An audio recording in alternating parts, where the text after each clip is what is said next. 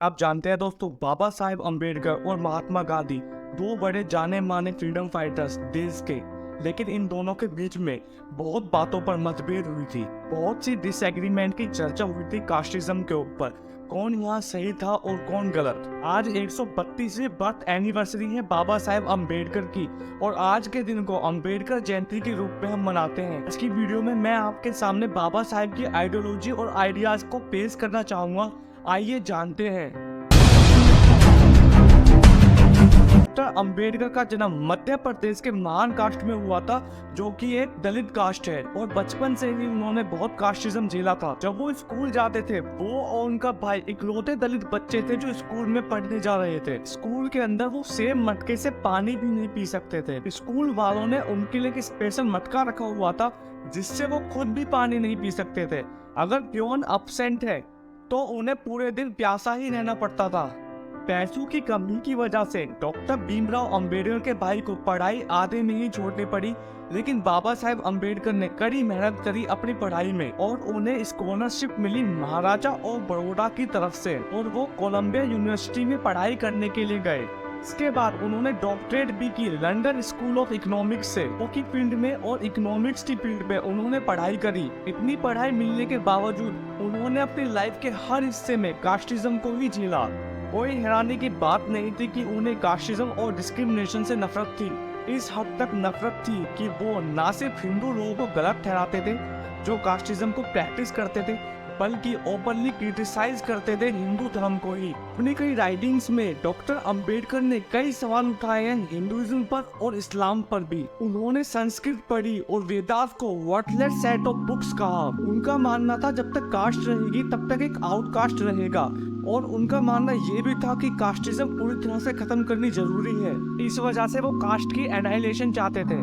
दूसरी तरफ गांधी जी एक रिलीजियस हिंदू थे। उनकी ज्यादातर स्ट्रेटेजीज और प्रिंसिपल्स धर्म से आते थे। इनफैक्ट वो गीता को अपनी स्पिरिचुअल डिक्शनरी भी मानते थे और सही मायनों में वो रिलीजियस होने के नाते बाकी धर्मों की काफी रिस्पेक्ट करते थे और संप्रदाय समानता की तरफ भी करते थे। तो बड़ी सिंपल सी बात है, कोई भी इतना बड़ा रिलीजियस इंसान अपने रिलीजन पे कोई भी सवाल नहीं उठाएगा। इसीलिए गांधी जी के जो व्यूज थे शुरू में, एटलीस्ट स्टार्टिंग में, वो काफी ऑर्थोडॉक्स थे। इनका मानना था कि कास्ट हिंदुइज्म का एक फंडामेंटल हिस्सा है जो 4 वर्णों से मिलकर बना है। इनका ये भी मानना था कि वो नेचुरल है और बहुत जरूरी भी है, लेकिन सभी इक्वल स्टेटस के हैं। ऐसा नहीं है कि एक वर्ण दूसरे वर्ण पे ज्यादा भारी है। और वो ये भी कहते थे कि अनटचेबिलिटी हिंदुइज्म का कोई हिस्सा नहीं है। इनका मानना था कि अनटचेबिलिटी एक पाप है, एक सिन है हिंदुइज्म में। इसी वजह से इन्होंने 1932 में ऑल इंडिया अनटचेबिलिटी लीग की भी फाउंडेशन करी, जिसे बाद में रीनेम कर दिया गया था हरिजन सेवक संघ में। 1924 में इन्होंने केरला के वाइकोम डिस्ट्रिक्ट में वाइकोम सत्याग्रह भी लॉन्च किया, जहां पर दलितों को डिस्क्रिमिनेट किया जा रहा था, जिसमें बड़े बड़े सोशल रिफॉर्मर्स जैसे पेरियार ने भी पार्टिसिपेट किया था। तो अब आप यहाँ पर बिल्कुल क्लियर डिफरेंस देख सकते हो डॉक्टर अम्बेडकर और गांधी जी की सोच में। गांधी जी के जो शुरू में व्यूज थे उन्हें काफी प्रॉब्लमेटिक बोला जा सकता है, काफी ऑर्थोडॉक्स और कंजर्वेटिव थे। वो कास्टिज्म के अगेंस्ट ओपनली नहीं बोलते थे। 1920 में तो उन्होंने ओपनली कहा था वो इंटर मैरिज और इंटर डाइनिंग को बिल्कुल भी सपोर्ट नहीं करते। मैंने कभी किसी मुस्लिम या ईसाई के साथ लड़ाई नहीं की, लेकिन इतने सालों में मैंने कभी किसी मुस्लिम या ईसाई परिवार से फल के अलावा कुछ नहीं खाया। इत्तेफाक की बात थी कि गांधी जी के बेटे मनीलाल को एक मुस्लिम लड़की फातिमा से प्यार हो गया था और गांधी जी इनकी शादी के सख्त अगेंस्ट थे। इनकी शादी को होने नहीं दिया, लेकिन एक बार फिर से 1927 में उनके दूसरे बेटे देवदास गांधी एक लक्ष्मी नाम की लड़की से शादी करना चाहते थे, लेकिन गांधी जी इसके बिल्कुल अगेंस्ट थे क्योंकि वो इंटरकास्ट मैरिज बिल्कुल भी सपोर्ट नहीं करते थे। बनिया और ब्राह्मण की शादी गांधी जी सपोर्ट नहीं करना चाहते थे। ये सारी बातें आप झूठी बोल दोगे अगर मैं आपको आगे की कहानी नहीं सुनाऊंगा, कि वक्त के साथ गांधी जी की जो सोच थी वो काफी प्रोग्रेसिवली चेंज होती हमें दिखी। 1932 में इन्होंने अपनी राय बदल ली इंटरकास्ट मैरिज को लेकर। गांधी जी ने माना कि वो पहले गलत थे। उन्होंने कहा जो इंटरकास्ट मैरिज को लेकर रिस्ट्रिक्शंस है वो हिंदू सोसाइटी को और भी ज्यादा कमजोर बना रहे हैं। दूसरे रिलीजन या कास्ट के लोगों के साथ खाना खाना या शादी करना इस पर जो रुकावटें हैं वे हिंदू धर्म का हिस्सा नहीं है। ये बाद में हिंदू धर्म में आई, शायद जब हिंदू धर्म अपने पतन की तरफ था। आज के समय में ऐसी रुकावटें हिंदू समाज को कमजोर कर रही हैं। और इसके बाद अगले साल गांधी जी के बेटे फाइनली लक्ष्मी से शादी कर पाए। 1946 में बात इस हद तक पहुंच गई, गांधी जी ने कहा वो अपने आश्रम में जब तक शादी नहीं होने देंगे तब तक एक इंसान उसमें से हरिजन नहीं होता। और ये भी कहा अगर उनका बस चले तो वो सारी लड़कियों से बोले कि सभी की सभी लड़कियां एक हरिजन पति ढूंढ लें। दूसरी तरफ अक्टूबर 1935 में डॉक्टर अंबेडकर ने ओपनली कॉन्फ्रेंस में बोल दिया कि वो हिंदुइज्म को छोड़ना चाहते हैं। ये मेरा मिसफॉर्चून था कि मैं अछूत के कलंक के साथ पैदा हुआ। हालांकि मेरे पैदा होने में मेरा तो कोई दोष नहीं, लेकिन ये जरूर मेरे पावर में है कि मैं हिंदू रहते हुए नहीं मरने वाला। शुरुआत में उन्होंने कहा कि वो सिखिज्म में कन्वर्ट हो जाएंगे, लेकिन किसी रीजन की वजह से उन्होंने वो चीज नहीं की। तो बाद में उन्होंने बुद्धिज्म में कन्वर्ट किया। अगर बात करें सबसे बड़ी डिसएग्रीमेंट को लेकर, तो डॉक्टर अंबेडकर और गांधी जी के बीच में जो सबसे बड़ी डिसएग्रीमेंट रही वो रही सेपरेट इलेक्टोरेट को लेकर। सेपरेट इलेक्टोरेट का मतलब होता है कि पूरे देश में सिर्फ एक कम्युनिटी का इंसान ही खड़ा हो सकता है इलेक्शन में, बाकी किसी कम्युनिटी का इंसान खड़ा नहीं हो सकता। और वोटिंग के टाइम भी सिर्फ उसी कम्युनिटी के लोग वोट कर सकते हैं, बाकी कोई वोट भी नहीं डाल सकता। आज के दिन क्या होता है, अलग अलग कॉन्स्टिट्यूएंसी होती है और आप अपनी कॉन्स्टिट्यूएंसी के हिसाब से किसी को भी वोट कर सकते हो, किसी को भी अपना एमएलए बना सकते हो। और सभी इंसान को राइट है वोट डालने का जो भी 18 से प्लस है। लेकिन सेपरेट इलेक्टोरेट में होता क्या है, मान लो सिख, क्रिश्चियन या हिंदुइज्म या इस्लामिक, चारों में से कोई भी एक कैंडिडेट खड़ा होता है तो सिर्फ वही लोग जो सिख है या मुस्लिम है या इस्लामिक है वही लोग वोट डाल सकते हैं, अदरवाइज कोई और वोट नहीं डाल सकता। और आप सभी को एक इंटरेस्टिंग बात बताओ, 1909 में ब्रिटिश इंडिया सरकार ने मुस्लिमों को सेपरेट इलेक्टोरेट दिया और 1919 में क्रिश्चियंस, एंग्लो इंडियंस, यूरोपियंस और सिख्स, इन सभी को भी सेपरेट इलेक्टोरेट दिया गया ब्रिटिश राज में। अब बात ये थी कि डॉक्टर अंबेडकर भी चाहते थे कि दलित्स को सेपरेट इलेक्टोरेट मिले, लेकिन गांधी जी इसके बिल्कुल अगेंस्ट थे। 1931 में राउंड टेबल कॉन्फ्रेंस होती है लंदन में, वहाँ गांधी जी पहुंचते हैं और गांधी जी पहुंचने के बाद ब्रिटिश सरकार के सामने अपनी डिमांड रखते हैं। इन्होंने कहा अनटचेबल्स भी हिंदू हैं, इन्हें माइनॉरिटी स्टेटस नहीं मिलना चाहिए। At the same time Gandhi ji ये भी चाहते थे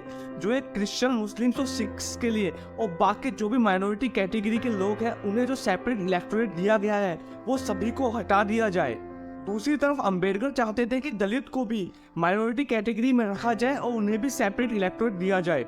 आपको क्या लगता है किसकी सुनी होगी? इस बार बड़ा सिंपल है, क्योंकि ब्रिटिश सरकार हमेशा डिवाइड एंड रूल पॉलिसी ही खेलती थी। 1832 में British prime minister Ramsay McDonald ने कम्युनल अवार्ड अनाउंस किया और ना सिर्फ इन्होंने ये कहा जो भी माइनॉरिटी कैटेगरी के लिए सेपरेट इलेक्टोरेट मिले हुए हैं वो वैसे ही रहेंगे, और इन्होंने ये भी कहा दलितों को सेपरेट इलेक्टोरेट दिया जाएगा, इन्हें भी एक माइनॉरिटी कैटेगरी में रखा जाएगा। और गांधी जी को ये बात बिल्कुल भी पसंद नहीं आई। गांधी जी का मानना था किसी भी सेपरेट इलेक्टोरेट से देश यूनाइटेड नहीं रह पाएगा, और इसी वजह से गांधी जी अनशन पर बैठ जाते हैं।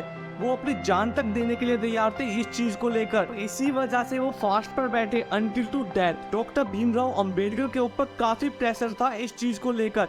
एक तरफ वो अपनी बात को मनवाना भी चाहते थे और दूसरी तरफ वो ये भी देख रहे थे कि गांधी जी को अगर कुछ हो गया तो दलितों की इमेज पर बहुत बड़ा असर पड़ेगा इस चीज को लेकर, और दलितों की इमेज पूरी तरह से खराब हो सकती है।